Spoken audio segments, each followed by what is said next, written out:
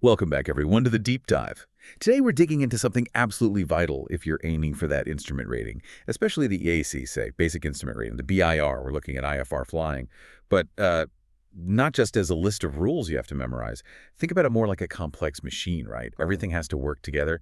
If one part is weak, maybe your meteorology knowledge isn't quite sharp well, that weakness can cause problems elsewhere. It ripples through the whole system. And understanding those connections, that's the real key to mastering IFR flight, not just, passing the exam. That's exactly right. And our mission today really is to explore how those five main knowledge areas in the BIR syllabus: meteorology, human performance, ATM, navigation, and ops procedures, how they're not separate buckets of information. They are deeply interconnected. They form a system. And understanding that system is what makes you a safer, more effective pilot in, say, your typical Cessna flying IFR.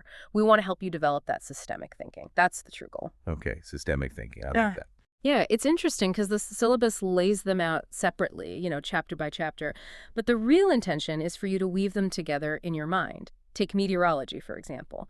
Your grasp of the weather forecast, say a 2AF, it obviously impacts your route planning. But it goes way beyond that. If you miss something, it directly affects your workload in the cockpit. How busy are you? It affects how the aircraft performs, obviously. And crucially, it impacts your decision making, especially when things get a bit pressured.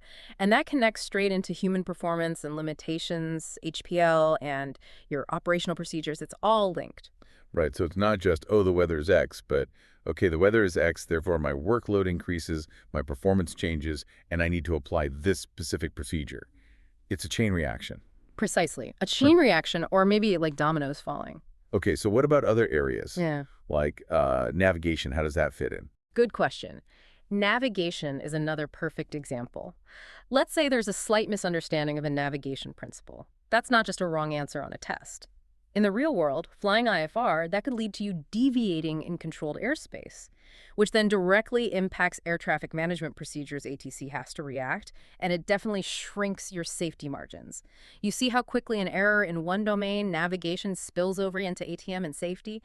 It's that interconnectedness again. Okay, I'm starting to see the web forming. Mhm. But let's bring this right into the cockpit. I mean, we all study hard, we memorize the facts for the exams, but how does this systemic view actually help me when I'm flying IFR, maybe an IMC? Yeah, that's the core of it, isn't it? What does it mean practically? The real purpose of the BIR theory is to get you thinking systemically. So for you, the pilot, it means constantly seeing the links. You see an unexpected weather report come in, maybe SIGMET. You're not just thinking about the weather itself, you're immediately thinking, okay, how does this affect the approach procedure I planned? How does it affect my fuel? How might fatigue, that's HPL, influence my decision now?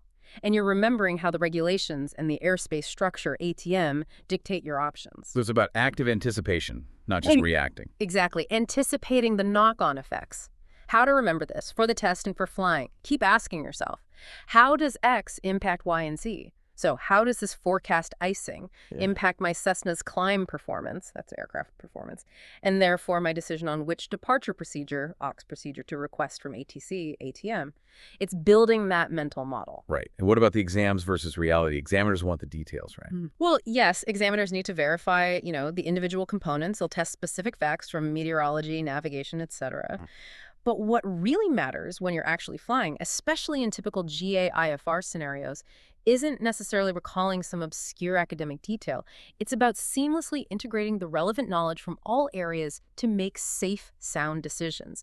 That integrated understanding is far more valuable in the cockpit. Okay, so pulling it all together then. True mastery of IFR, especially for the BIR, isn't just about knowing the facts in each separate box. It's about understanding how all those boxes connect, how the whole machine works.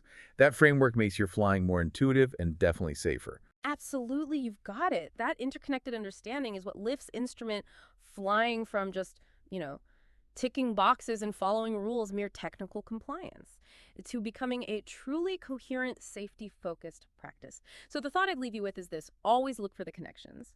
Keep asking, how does this affect that? Every time you learn something new in one area, think about its ripple effects in the others. That's how you really deepen your understanding and sharpen your decision-making for every single flight. It's about seeing the whole picture, not just the pieces.